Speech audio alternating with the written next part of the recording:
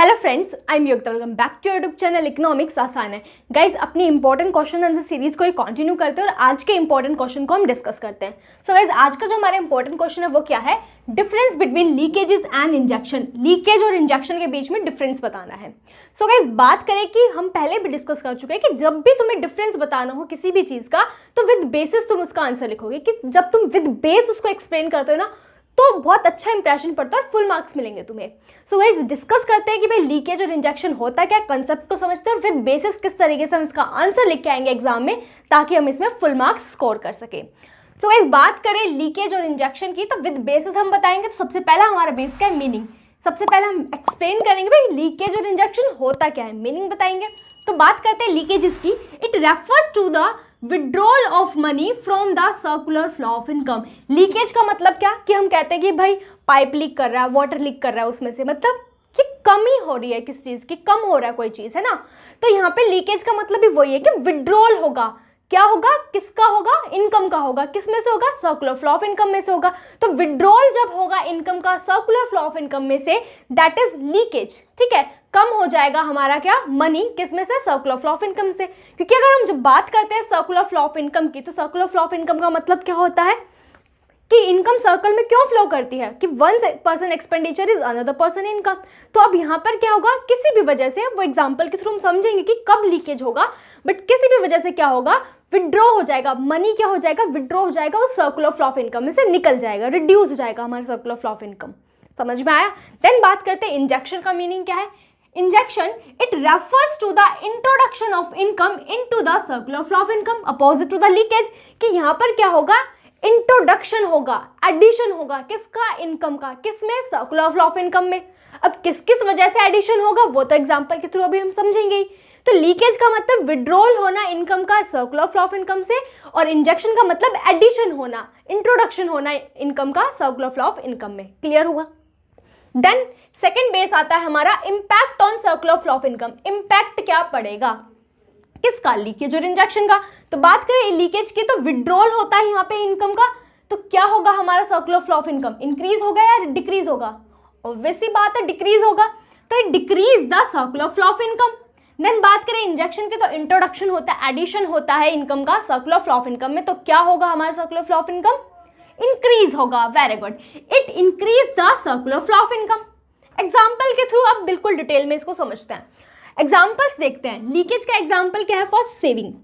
Saving भाई, अगर मान लो कि जो हाउस होल्ड और फर्म का एग्जाम्पल हम लेके चल रहे हैं कि अगर हाउस होल्ड अपनी इनकम में से कुछ सेव कर ले और फर्म अपने प्रॉफिट में से कुछ सेव कर ले तो क्या होगा? जो हमारा सर्कुलर फ्लो ऑफ इनकम है वो रिड्यूस हो जाएगा। कैसे रिड्यूस होगा? ध्यान से समझो।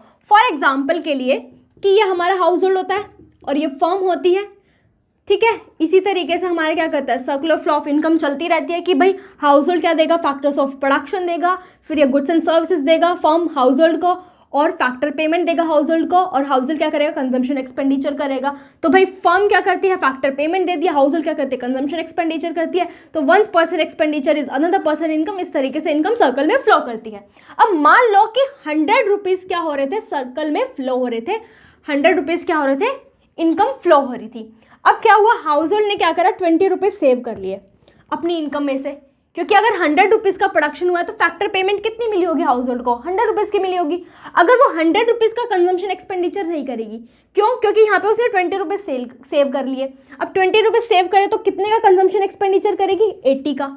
तो जो फर्म ने 100 रुपीज के प्रोडक्शन करा था, आउटपुट प्रोड्यूस करा था, वो सारा तो बेकार नहीं होगा, 20 रुपीज का बच भी गया होगा।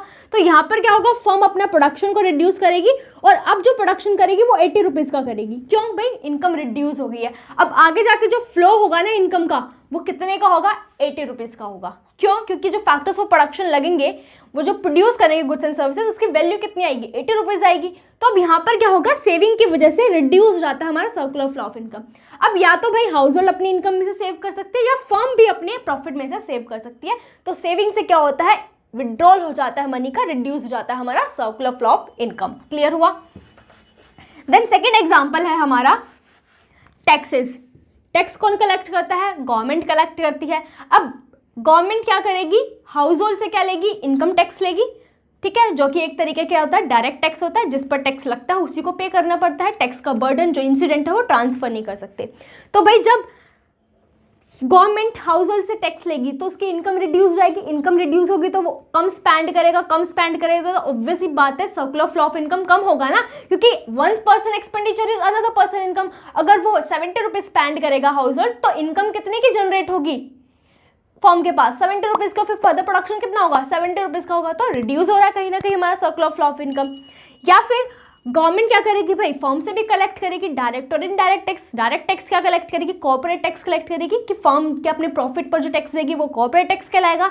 एंड देन इनडायरेक्ट टैक्स लेगी, जीएसटी लेगी। तो टैक्स से क्या होती है, बेसिकली इनकम रिड्यूस जाती है, जिसकी वजह से क्या होगा, circular flow of income reduce होगा, डिक्रीज होगा। क्लियर हुआ। देन बात करते हैं इम्पोर्ट।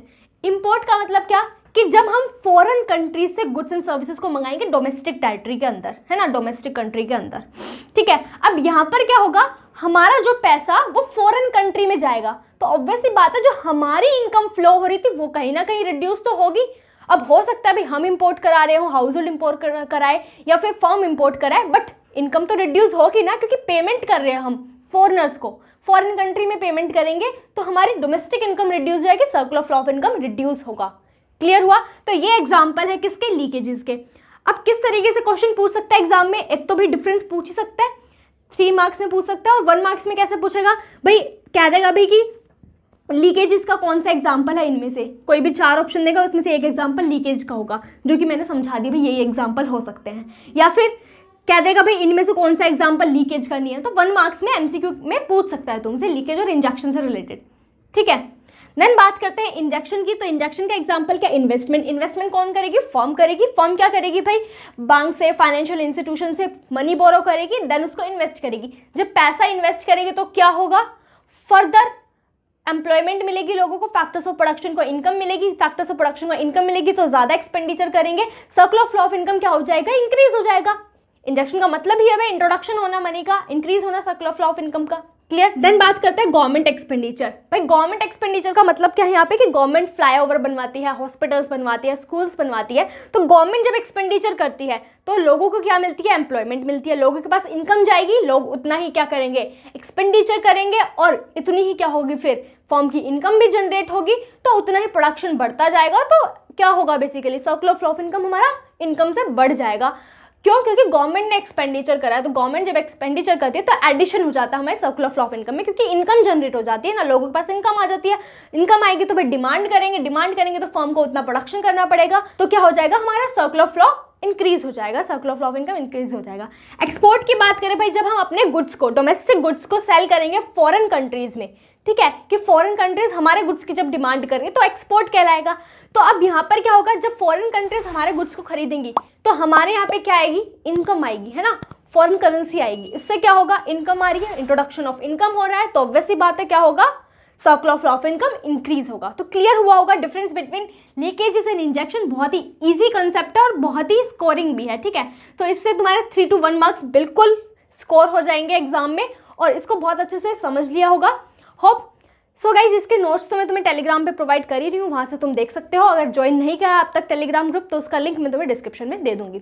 सो गाइज आज के लिए इतना ही, मिलते हैं नेक्स्ट क्लास में एक अनदर इंपॉर्टेंट क्वेश्चन के साथ, तो डिस्कस करेंगे उसको बहुत ही डिटेल में। और गाइज जेन्युइनली इस सीरीज को फॉलो करोगे तो डेफिनेटली तुम 95+ मार्क्स स्कोर करोगे इकोनॉमिक्स में। तो सो गाइज अगर वीडियो अच्छी लगे तो लाइक, शेयर, सब्सक्राइब करना मत भूलिएगा। मिलते हैं नेक्स्ट क्लास में एक अनदर इंपॉर्टेंट क्वेश्चन के साथ। Thank you so much.